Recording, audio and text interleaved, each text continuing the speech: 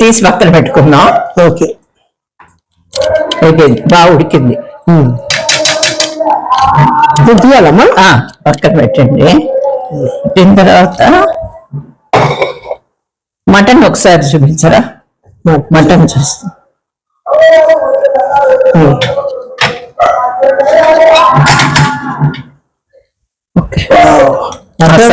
Water ఉంది, water పడేస్తారా మనకు? అయ్యో పడేస్తే టేస్టే పోతుంది.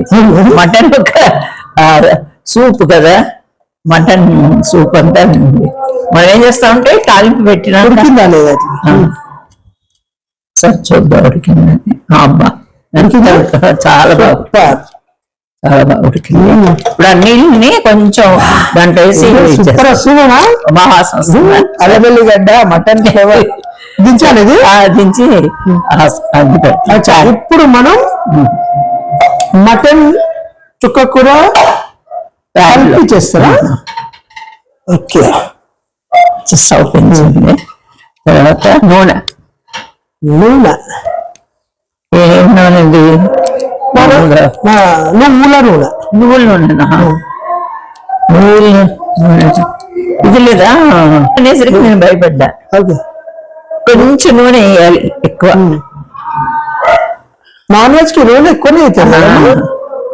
తక్కువేస్తారా తక్కువేస్తారా? కొంచెం ఎక్కువ వేయాలి, ఎక్కువ వేస్తేనే టేస్ట్. కొంచెం వెల్లుల్లిపాయలు కూడా దంచుతాం. లస్సన్ లస్సన్ లస్సన్ అమ్మా ఇంట్లో మీరే చేస్తారా వంటలు? లేదు, ఇంట్లో నా చిన్నప్పటి నుంచి వంట మనిషి ఉన్నారు. మా అమ్మమ్మ చేసేది, మా మదర్ చేయరు, మా అమ్మమ్మ చేసేది. అంటే మా అమ్మమ్మకి మా మామయ్యకంతా కడపలో హోటల్స్ ఉన్నాయి. అందుకని మా అమ్మమ్మ చేసేది. మా అమ్మమ్మ ఒక 8 years వరకు వంట చేసేది. ఇప్పుడు హోటల్స్ లేవు, అందరూ పెద్దలు అయిపోయారు. పిల్లలంతా అంతా ఫారెన్ లో ఉన్నారు.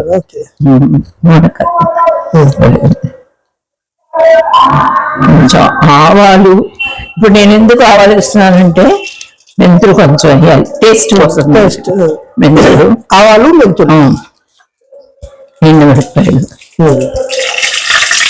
ఇప్పుడు మనకు మసాలా కావాలనుకుంటే కొంచెం 2 పట్ట, ఒక 2 యాలకులు, తర్వాత లస్సం. లస్సం కొంచెం ఎక్కువ వేయాలి. వెల్లుల్లిపాయలు, ఇక్కడ ఉల్లిపాయలు ఉన్నాయి కాబట్టి